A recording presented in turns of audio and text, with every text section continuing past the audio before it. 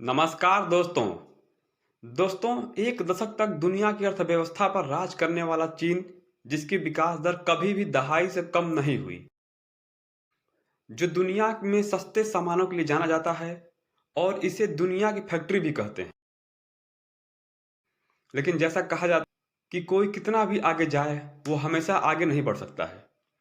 एक टाइम के बाद उसे रुकना ही होगा। वही हाल इस समय चीन का है।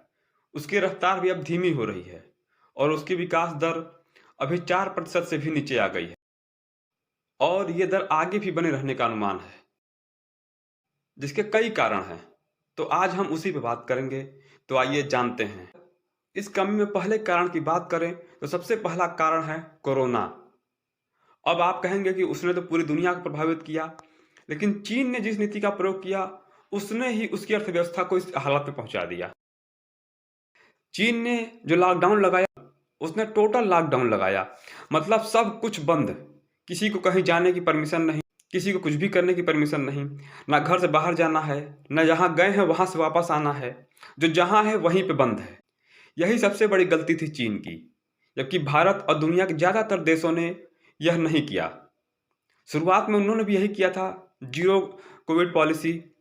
लेकिन बाद में उनको समझ में आया कि इससे काम नहीं चलेगा, तो इन्होंने जीरो कोविड-19 पॉलिसी को हटाकर सहूलियत के हिसाब से काम करना शुरू किया और कोरोना को मैक्सिमम रोकने का प्रयास किया और साथ ही लॉकडाउन लगाया। और लॉकडाउन में कुछ चीज़ों को छूट दी, कुछ कुछ इंडस्ट्रियाँ भी चालू रखी, जिससे दोनों काम होते रहे, कोरोना भी रुका रहे और अर्थव्यवस्था भी चलती रहे। लेकिन चीन ने अपनी जीरो कोविड-19 पॉलिसी में कोई बदलाव नहीं किया। उसने सख्त लॉकडाउन लगाए रखा और आज भी वही लगाए हुए है, जिससे उसकी अर्थव्यवस्था ठप हो गई और जो इकोनॉमी की ग्रोथ थी वो रुक गई।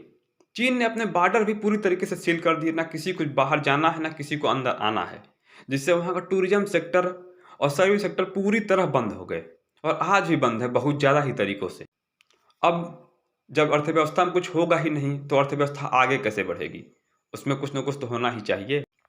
अगर दूसरे कारण की बात करें, जो इसका सबसे बड़ा कारण है, वहाँ की इकोनॉमी की जान रियल एस्टेट, जो कि चीन की इकोनॉमी का 26% हिस्सा है।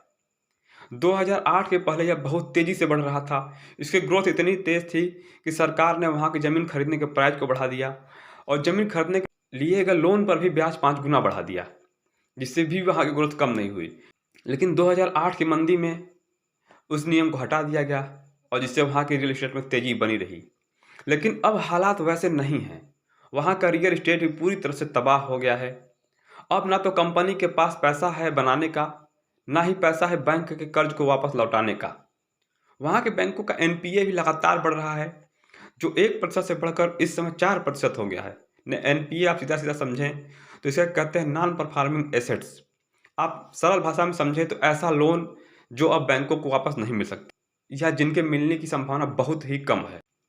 वहाँ का रियल एस्टेट एक हवा के बुलबुले जैसा हो गया है। आपने बुलबुला देखा होगा, जो बाहर से बहुत बड़ा दिखाई देता है, लेकिन उसके अंदर कोई भी मजबूती नहीं होती, वो खोखला होता है, अंदर से हवा भरा होता है। वैसा ही चीन का रियल एस्टेट हो गया है आजकल। वो बाहर से बहुत बड़ा है, लेकिन अंदर से उसकी मजबूती खत्म हो गई।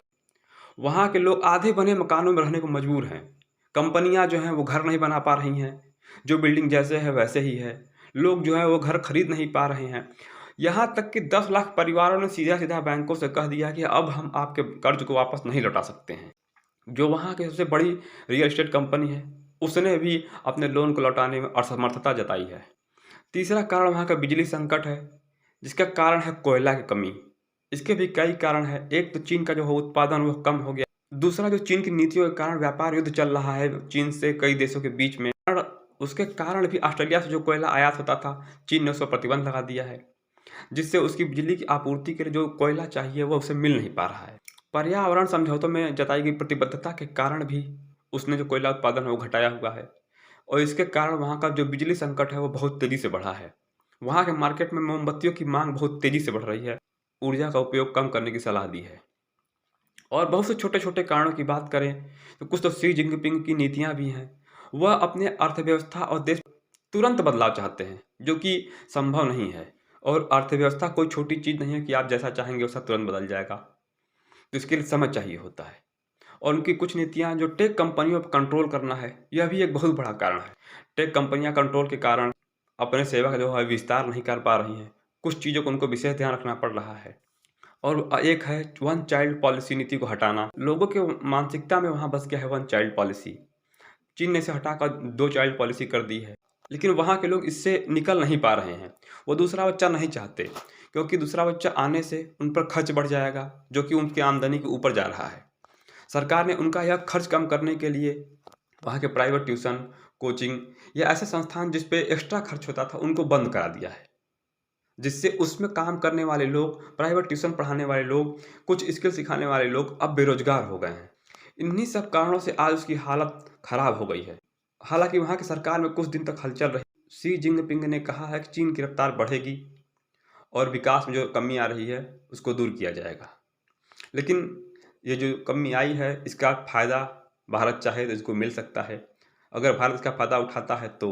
क्योंकि बहुत सारे देश जो चीन के ऊपर निर्भर थे, वहाँ के ख़राब हालात को देखते हुए अब वो भारत की तरफ देख रहे हैं, जो उनकी ज़रूरत को पूरा कर सकता है। तो ये थी आज की पूरी जानकारी। अगर आपको अच्छी लगी तो हमारे चैनल को सब्सक्राइब करें, वीडियो को लाइक करें। धन्यवाद।